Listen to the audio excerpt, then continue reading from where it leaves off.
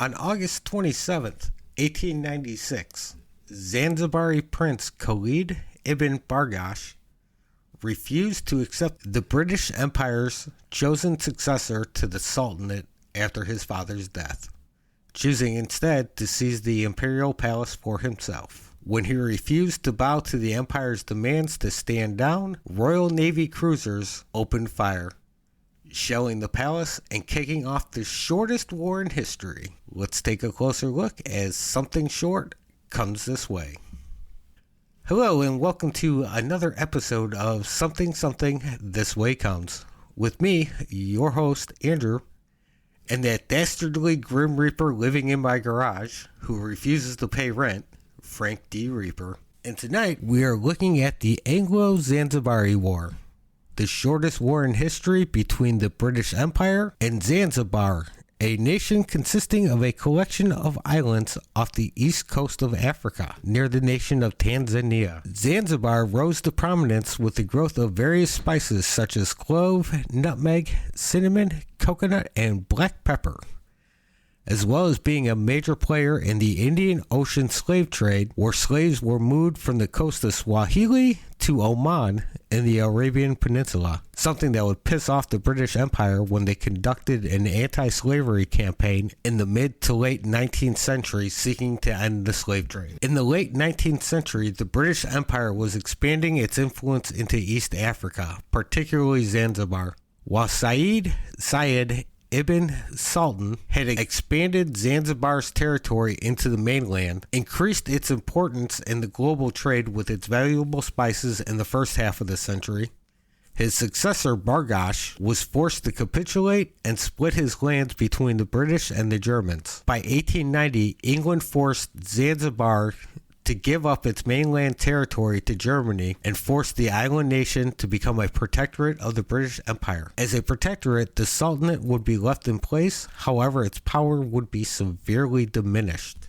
England issued two key policies to its protectorate: abolish slavery and the restoration of its mercantile economy. Consul General Gerard Portal's economic and anti-slavery policies angered the Zanzibari merchants. Much like slavery in the American South, slavery had become an important part of their spice plantations as they grew in value throughout the 19th century. Bargash resisted these directives until his death in 1893. They really did not want to lose the free labor slaves provided and cut into their profits. After his death, the empire backed Hamad ibn Thuwain's claim to the throne. However, Prince Khalid defiantly occupied the palace, basing his claim to the throne on being the late Bargash's only son. This despite Zanzibari's succession laws not making the title of Sultan hereditary. British authorities were able to convince Khalid to stand down peacefully, making Hamad the uncontested Sultan.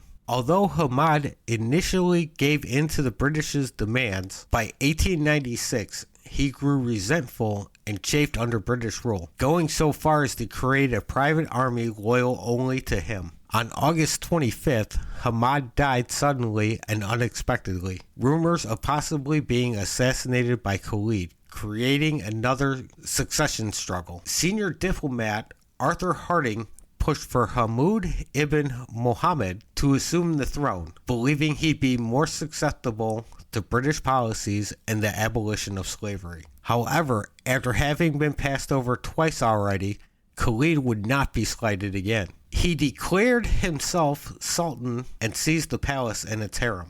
This time, Khalid surrounded the imperial palace with 3,000 of the Sultan's personal soldiers and supporters. Supporting them were several artillery pieces and machine guns, primarily a Gatling gun, two 12-pound field guns, and a 17th century bronze cannon aimed out to sea, along with the royal yacht HHS Glasgow, the sole vessel of the Zanzibar Navy and obsolete by the standards of the time, armed only with a Gatling gun and 7 9-pounder cannons. Harding's deputy, Basil Cave, assembled a force of 150 British Marines and somewhere between 400 and 900 Zanzibari loyalists. Sources vary on that number, with 900 being on the high side. 5 Royal Navy vessels, 2 cruisers and 3 gunboats sat in the harbor. Rear Admiral Harry Rawson, commanding the HMS St. George,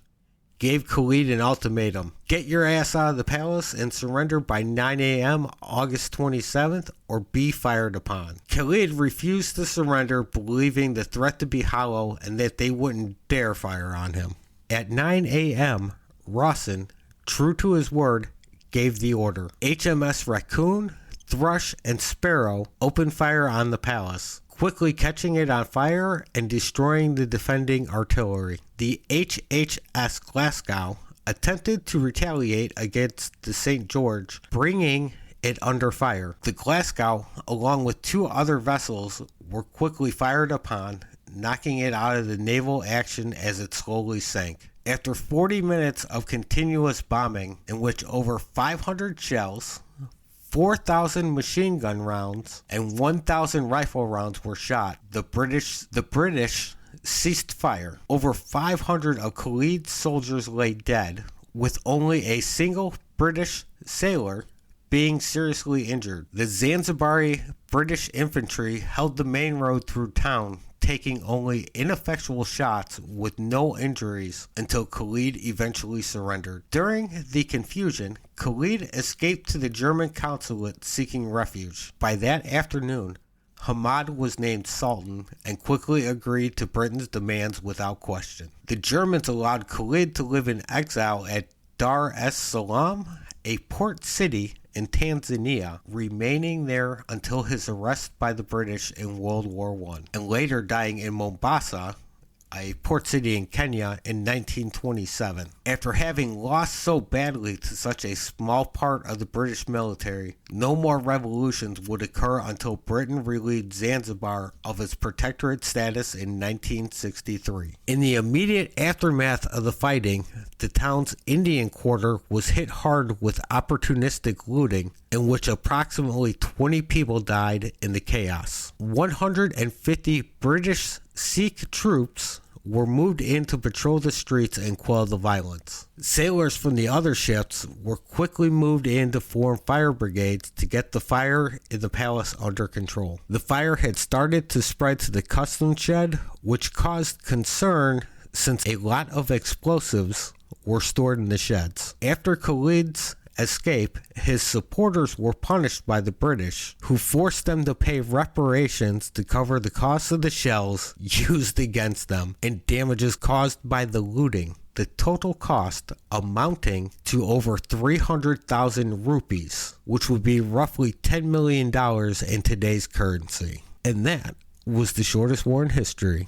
Thank you for listening, and if you like what you heard, please consider leaving a rating and review on whatever app you're listening in on. And if you have any questions or comments, you can email the show directly at podsomething@gmail.com. And come back next week for another tale of tragedy and disaster. Thank you and goodbye.